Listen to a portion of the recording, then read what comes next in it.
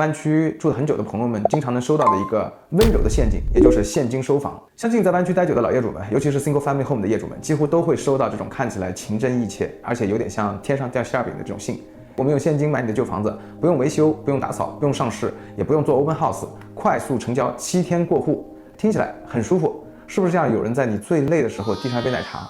但是啊，請記住，天下沒有免費的奶茶，尤其是小灣區這樣的市場，別人給你的方便，很多時候都會寫進咱們最後的賬單。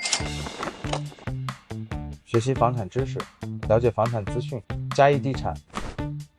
歡迎收看我的頻道。現金收購啊，最厲害的地方就是它把你少賣的錢包裝成你省下的麻煩。第一個真相，現金報價低，它不是意外，而是一種設計。投資人不是給咱們來送溫暖的，他們不是慈善機構，也不是你失散多年的親戚，他们買你的房子非常簡單，就是為了賺錢。所以他們給你的報價通常不是公開市場裡面買家能搶到什麼價，而是他們未來怎麼翻新，怎麼轉賣，怎麼樣去保留利潤。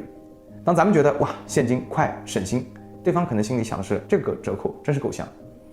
現金收購的不是高價，賣的是方便，而方便這個東西價格通常都不便宜。第二個真相，現金購房經常會跟你說這個詞叫 as is， 也就是說按現狀買，他們不要你修理，聽起來很天使，對吧？但是買家是專業的投資人，他們不会忘記維修成本，他们会把屋頂、地板、廚房、浴室各種可能的問題全部都從報價裡面扣掉，而且你扣的時候可能按照最高標準，自己修的時候呢，可能按照最低成本去修。那麼中間這個差價去哪呢？就是從你的口袋優雅的走進了他們的口袋。所以啊，這個 as is 它不是魔法，不是你不用修問題就消失了，它只是換了一個方式收費，而且呢可能收得更狠。第三個真相啊，也就是最流氓的地方，就是你私下賣給一個人，其實等於關閉了競爭的這個大門。灣區的房子它為什麼能賣得高呢？不是因為買家良心發現說我多給你點吧，它是因為有人搶，2個買家價格就有戲，3個買家呢賣家就開始做得正，5個買家這個氣氛就來了。賣房最值錢的東西不是房子本身，而是競爭。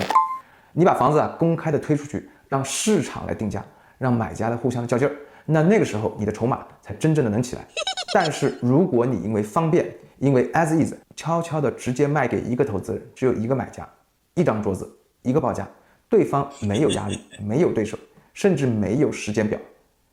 所以咱們其實就把最能幫自己抬價的武器給交出去了。所以現金收購呢，不是絕對不能碰，但是至少你要先知道，如果公開上市，這套房子到底能賣多少。你可以選擇省事，但是你得知道這個省事花了你多少錢。最可怕的是，你以為你自己佔了便宜，終於不用折騰了，結果呢，真正偷着樂的那個人是坐在你對面那個現金的投資人。